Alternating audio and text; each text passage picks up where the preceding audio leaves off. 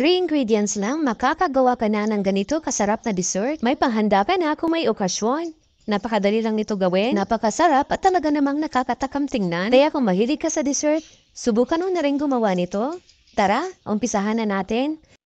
At dito sa ating mixing bowl, magdagay lang ng 1 cup ng crushed grahams. 200 grams po ito. At sunod na natin ilagay ang 2 cups ng gatas. Evaporated milk or fresh milk ay pwede po. I-mix-mix lang natin itong mabuti hanggang sa maging ganito na ang consistency ng ating mixture. At dito sa ating baking pan, nagpahid lang ako ng margarine at nilagyan ko lang ng parchment paper. At ibuhos na natin dito ang ating mixture. I-tap lang natin para matanggal ang mga bubbles. At lagyan lang natin ng aluminum foil para hindi malagyan ng tubig pag nag-steam na tayo. At lutuin lang natin ito ng 45 minutes in low heat. Ayan, after 45 minutes, luto na. Palamigin lang muna natin ito bago natin i-unmold. At iset aside lang muna natin ito.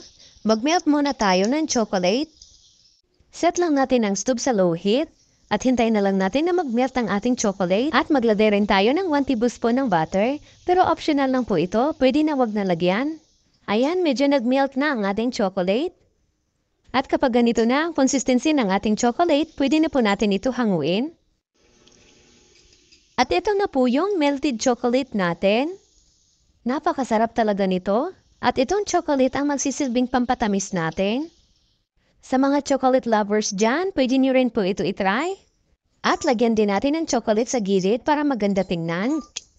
Matapos natin ito lagyan ng chocolate, ilagay lang natin ito sa ref ng overnight para matigas talaga ang ating chocolate. At dahil overnight natin ito nilagay sa ref, ayan, tumigas na talaga ang chocolate. Ang sarap tingnan. Hindi lang ito masarap tingnan, ang sarap-sarap talaga nito. Masarap din ito pang merienda, ang dami pang nagawa natin. At ang dali pang gawin. Kung gusto niyo ng medyo makapal na chocolate, dagdagan niyo na lang. Mas masarap po yun.